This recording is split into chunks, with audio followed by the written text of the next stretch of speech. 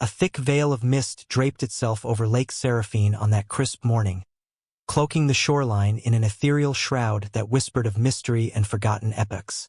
Elias Carver and Jonah Reed, two seasoned souls of the northern wilds, had set out as they often did, their small fishing boat slicing through the glassy waters in search of quiet reprieve.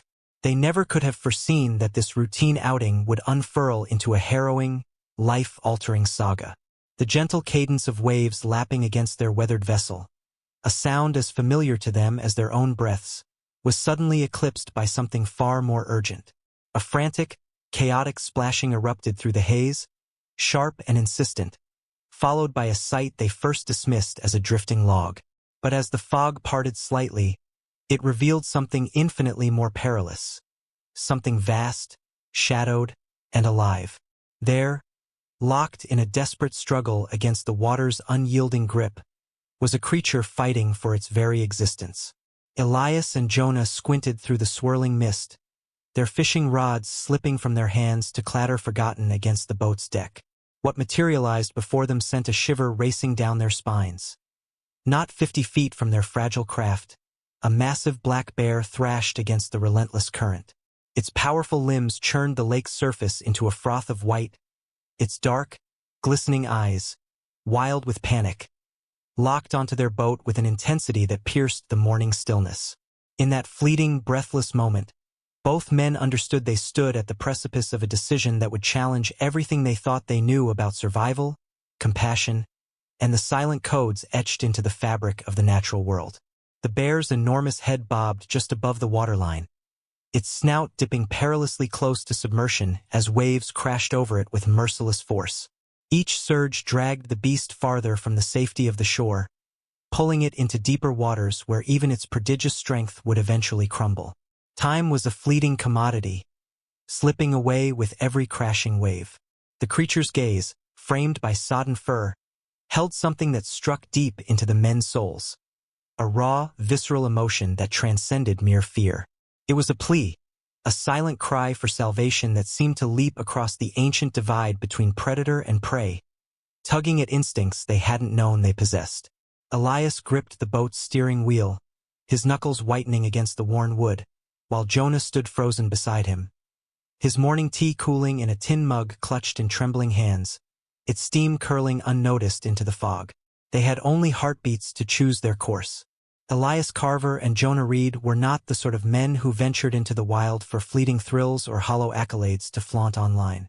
Both had carved their lives from the rugged tapestry of the Northlands bordering Lake Seraphine, where the wilderness was not a playground but a teacher, a companion, a way of being. Elias, a man in his mid-40s with a face weathered by sun and wind, had once patrolled these forests as a warden before trading his badge for a camera.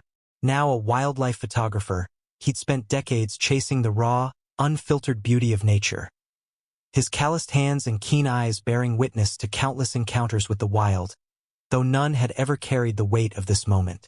Jonah, younger at 38, was a veterinarian whose days were spent tending to the region's larger beasts, horses, cattle, the occasional injured deer brought in by a concerned farmer. His practice had taught him the unpredictability of desperate animals, but his patients were usually tamed, their wildness dulled by domestication. Their friendship had taken root years earlier, forged in the crucible of a search and rescue mission for a hiker lost in the labyrinthine woods. Since that day, they'd spent countless mornings on these waters, their little boat a sanctuary where the clamor of modern life faded into the rustle of leaves and the call of distant loons. They knew the wild intimately, its splendor and its savagery. They'd watched in awe as flocks of geese painted the sky with their migrations, and they'd stood silent at the brutal ballet of predator and prey. But now, faced with a drowning bear, their years of experience seemed a flimsy shield. Their minds churned with conflicting currents.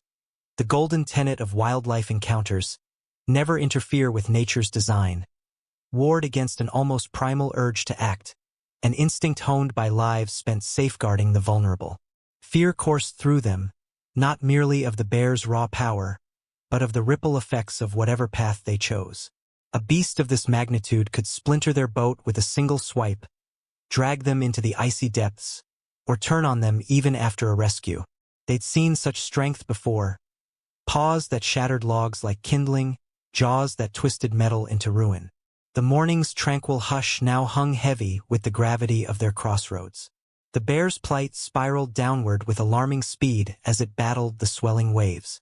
Its hulking frame, a marvel of strength in the forest, became its undoing here. Thick fur soaked through with frigid lake water clung to it like a sodden cloak, pulling it inexorably downward. Each frantic stroke to stay afloat drained its reserves, its breaths growing labored, puffing small clouds of vapor into the chilled air. Beneath its matted coat, powerful muscles trembled with exhaustion, rippling visibly as they strained against the tide. Elias and Jonah assessed the scene with the sharp eyes of men who'd spent their lives decoding the wild. The bear had likely aimed to cross the lake at its narrowest span, a behavior they'd observed in deer and other creatures during lean seasons. But something had gone awry. Perhaps it had misgauged the distance, or the current, stronger than anticipated, had ensnared it in its grasp. Now, stranded nearly half a mile from either shore, it was caught in a deadly snare. The wind sharpened, stirring the waves into larger swells that threatened to swamp the beast entirely, each crest nudging its head closer to submersion. The bear's movements grew erratic, its mighty limbs striking the water with diminishing force. The fire in its eyes dimmed, shifting from wild panic to a weary, hollow resignation, a sight that carved itself into the men's hearts. Jonah reached into the boat's cluttered storage nook and pulled out a life preserver, its bright orange hue stark against the muted grays of the scene. His hands quivered slightly as he hefted it, the absurdity of the gesture not lost on him. How could they deliver it to a creature like this? And if they did, would it comprehend the aid or perceive it as a threat to be met with claws and fury? At easily 600 pounds of sinew and claw, the bear could reduce their modest vessel to splinters in an instant. Elias eased the boat closer, threading a cautious line between the bear and the deeper waters, his movements deliberate as he sought to create a fragile barrier against the abyss. The engine's low rumble seemed to snag the beast's attention. Its gaze snapped to them once more, the initial terror giving way to something less certain. Exhaustion, perhaps a flicker of recognition, though they dared not assume. Their first attempt at rescue was born of pure instinct, unpolished and raw. Jonah flung the life preserver with all his might, aiming for the bear's massive head. The orange ring splashed down mere feet from the struggling animal, a hopeful beacon amid the chaos. But the bear recoiled, thrashing away from it as if it were a new foe. The effort cost it dearly. Its head dipped beneath the surface for several agonizing seconds, only to resurface with a choking gasp and a flurry of weakened strokes. Elias cut the engine, letting the boat drift nearer on the current's whim. The sudden silence seemed to calm the bear faintly, its sodden fur catching the faint light as water streamed from its broad shoulders. Its muscles still flexed beneath its coat with each faltering move, but the rhythm was faltering, uncoordinated. Time was a thief, stealing the bear's strength with every passing breath. Its heavy-lidded eyes, though dimming, still carried that haunting spark of desperate intelligence.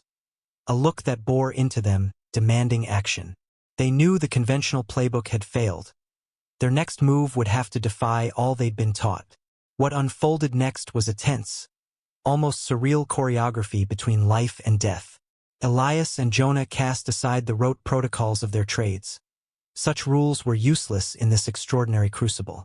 With measured precision, Elias maneuvered the boat parallel to the struggling bear, close enough to offer aid yet far enough to preserve a sliver of safety.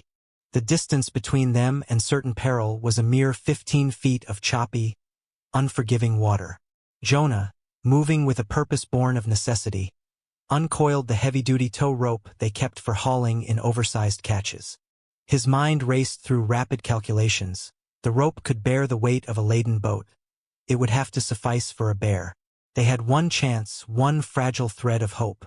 The bear's head barely crested the waves now, its once fierce eyes clouding with the glassy sheen of encroaching oblivion. Elias killed the engine entirely, trusting the wind and tide to guide them, praying the stillness would keep the beast from panic. Jonah fashioned a crude lasso from the rope, his hands steady despite the fear thrumming through his veins. Years of soothing injured livestock had taught him that the most perilous moments demanded the calmest touch.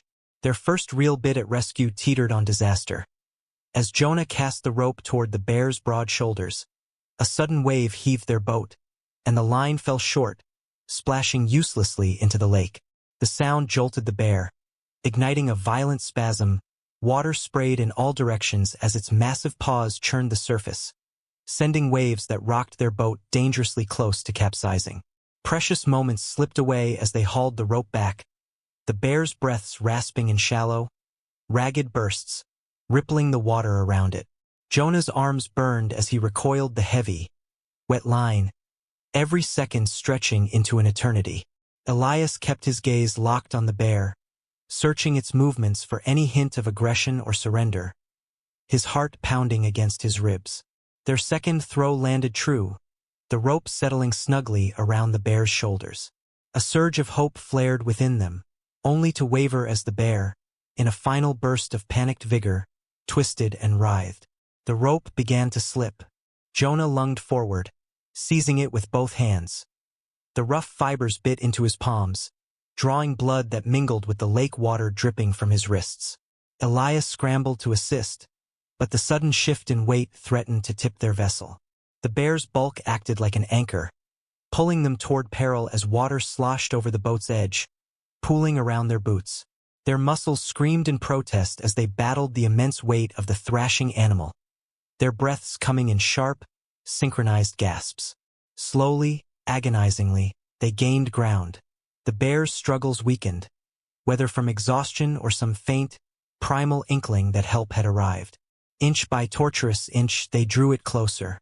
The boat tipped precariously with each pull, their arms feeling like molten lead, their backs searing with the strain.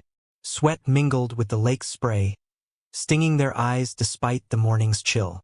The bear's sodden fur rendered it impossibly heavy, its massive form threatening to overwhelm them with every shift. They had to synchronize their efforts perfectly, tugging in unison to keep the boat from foundering. One wrong move, one slip of the rope, and all would be lost. Their breathing grew as labored as the bear's desperate wheezes, the air thick with the scent of wet fur and exertion. After what felt like hours, though it could only have been minutes, they managed to haul the bear alongside their boat. Its enormous body rose and fell with the waves, its fur slick against the hull. Up close, its sheer scale was staggering. Paws broader than serving trays, tipped with claws that hung limply now but could rend flesh and bone with ease. Yet all fight had bled from the beast. The pivotal moment loomed before them. The shore remained a distant refuge, too far to tow such a titan through the swelling waters. The bear's eyes, now barely slitted, glimmered with the last vestiges of life. Elias and Jonah exchanged a glance, their faces etched with the weight of the inevitable. They had to get the bear aboard, or all their toil would end in tragedy. Their 20-foot fishing boat, with its low side rail designed for hauling hefty catches, was their only tool. But this was no fish. It was a 600-pound apex predator, its power undimmed even in weakness. One errant swipe could spell their end. The boat rocked violently as waves slammed against it, threatening to hurl them all into the lake's depths. Jonah tightened his grip on the rope, his bleeding hands protesting every flex. Elias positioned himself near the bear's head, knowing the next few seconds would decide their fates. The bear's breaths grew shallow, its massive chest barely rising. They had to act now. Elias reached down and grasped the thick fur at the bear's neck, an act that defied every survival instinct screaming within him. Jonah moved in tandem, using the rope as leverage. The bear's weight nearly dragged them overboard as they heaved upward, water cascading from its coat in torrents as its massive form began to rise from the lake. For one heart-stopping moment, the boat tilted sharply to one side, water rushing over the rail to flood around their feet. The bear's body was halfway aboard, its bulk threatening to capsize them entirely. Elias felt his grip slipping on the drenched fur. Jonah's face contorted with effort, his muscles quivering as he clung to the rope. Then, in an astonishing turn, the bear seemed to rally. Its powerful frame tensed, and with a final surge of strength, it lunged forward. The motion, paired with the men's desperate pulling, brought its entire mass crashing onto the deck. Time seemed to freeze. The bear lay motionless, sprawled across the boat, water pooling beneath its sodden form as Elias and Jonah stumbled back, pressing themselves against the opposite rail. Their hearts thundered in their chests. They were now confined on a small vessel with one of nature's most fearsome predators. The bear's chest rose and fell with labored breaths. Its eyes closed in what seemed like utter collapse. The first moments after its boarding felt like teetering on a blade's edge. Water sloshed around their boots as the boat stabilized, sending small waves lapping against the bear's drenched fur. Neither man dared move, their muscles coiled, ready to leap into the lake if the beast stirred. But it remained still, its breathing a ragged rhythm, its body surrendered to exhaustion. Silence stretched taut as the fog began to lift, revealing the full scope of their predicament. The bear consumed most of the deck, its sprawling form pinning them to the boat's edge. Its wet coat glistened in the strengthening sunlight, exposing a tapestry of old scars and the faint graying of its muzzle, an elder male seasoned by years in the wild. Gradually, its breathing steadied, the harsh gasps softening into a slower cadence. Elias and Jonah's hands trembled, not just from the physical toll, but from the adrenaline still surging through them. Jonah's palms, raw and bleeding from the rope burns, left crimson smears on the white rail where he braced himself. They watched, hardly daring to breathe, as the bear's eyes slowly cracked open. Both men tensed, steeling themselves for the worst. A sudden lunge, a roar of fury, but what they saw defied all expectation. In those dark eyes, there was no rage, no panic, only a quiet, almost startling awareness. The bear lifted its massive head slightly, its gaze drifting between the two men who had pulled it from death's grasp. What followed would linger with them forever. No attempt to rise, no bared teeth, just a long, soft exhale that seemed to release every ounce of its remaining tension. Its hulking body relaxed fully, sinking into the deck as if accepting its improbable saviors. In that suspended moment, the ancient divide between predator and prey dissolved, replaced by something unnameable, a fragile, fleeting truce born of necessity and trust. Fear ebbed, giving way to a torrent of complex emotions. Relief washed over them as the realization dawned. They might actually survive this. Amazement at their own audacity mingled with a profound sense of connection to the creature now lying vulnerable before them. They had done something most would deem reckless, if not outright impossible. Yet here they were, sharing their cramped boat with a being that embodied the wild's ferocity. As the morning sun climbed higher, piercing the last wisps of mist, the bear began to show signs of recovery. Its natural instincts should have made this the most perilous moment, a restored predator reasserting its dominance. But what unfolded on that small fishing boat upended everything these seasoned outdoorsmen thought they understood. The bear made no hostile move. Instead, it began to lick its paws with slow, deliberate strokes, cleaning away the lake water that clung to its fur. Its eyes, now clear and alert, occasionally flicked toward the men, devoid of menace. It was as if the creature grasped on some primal level that these humans had chosen mercy over indifference. Elias, moving with the caution of a man handling a live wire, reached into their cooler and retrieved a water bottle. The bear watched, unperturbed, as he extended it, letting a thin stream trickle near its muzzle. In a gesture that seemed to defy the laws of nature, the massive animal leaned forward slightly and lapped at the fresh water, a simple act of acceptance that flew in the face of every wild instinct it should have possessed. Time warped strangely as they began their slow journey back to shore. Jonah took the helm, steering with a steady hand, while Elias remained near their extraordinary passenger, keeping a respectful distance yet close enough to observe. The bear's behavior continued to astonish them. When waves rocked the boat, it shifted its weight to maintain balance, as if attuned to the fragility of their shared perch. Most striking was its response to their voices. Soft murmurs about wind direction and navigation drew faint twitches of its ears, a sign of awareness without fear. When Elias sneezed abruptly, startling all aboard, the bear merely lifted its head, regarded him with what could only be called mild curiosity, then settled back into its rest. This level of tolerance, this trust from a wild predator, was something neither man had ever witnessed or even heard whispered in the tales of their peers. As they neared the shore, a deeper realization took root. This was no longer just a rescue, it was a glimpse into something extraordinary, a moment when the barriers between human and beast had frayed and fallen away. The bear's actions hinted at an intelligence and emotional depth that stretched beyond mere survival, challenging the rigid doctrines they'd long held about the wild. That morning on Lake Seraphine left an indelible mark on Elias and Jonah, reshaping their understanding of the natural world. Their view of wildlife, particularly the unseen capacities of wild creatures, shifted profoundly. The divide between man and animal had blurred in ways they'd never imagined possible, and the bear's trust in those critical hours became a lodestone for their future. Elias found his photography evolving. He lingered longer with his subjects, seeking not just their images but their stories, their essence. Jonah's veterinary work deepened. He began to look beyond the physical ailments of his patients, attuned to the flickers of emotion in their eyes, the subtle language of their distress or calm. The local community greeted their tale with skepticism at first. Two men hauling a bear aboard their boat sounded like a fisherman's yarn spun over too many whiskeys. But as word spread, bolstered by Elias's photographs snapped after they reached shore, grainy images of the bear sprawled across their deck, its gaze steady and unguarded. Their experience ignited a quiet revolution.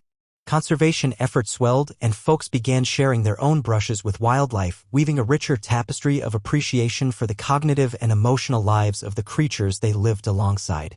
The bear itself was guided back to the forest once they reached land, its massive form lumbering into the trees with a final glance over its shoulder, a look Elias and Jonah would debate for years: gratitude, acknowledgement, or simply instinct.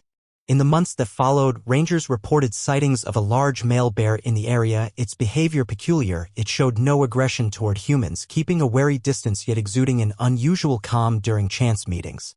Though they couldn't prove it was their bear, the parallels hinted at a lasting echo of that morning's events.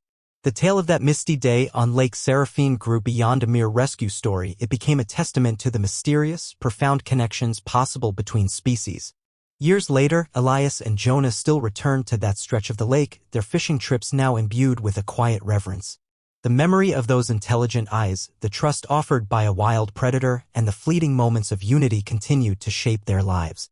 Their experience rippled outward, inspiring gentler approaches to wildlife encounters and fostering a deeper respect for the emotional currents running through the wild. The bear's survival challenged long-held assumptions about the boundaries between humans and nature, revealing that in moments of crisis, ancient walls can crumble, leaving room for something remarkable to take root. Perhaps most enduringly, it proved that compassion, even in the unlikeliest of circumstances, can bridge chasms once thought impassable. Some mornings, when the mist rolls low over Lake Seraphine, locals swear they glimpse a great bear standing sentinel at the water's edge, its gaze fixed on the horizon as if recalling its own brush with fate and the humans who chose to reach out rather than turn away. Whether truth or legend, the story endures, a quiet hymn to the wild and the fragile, fleeting bonds that tie us to it.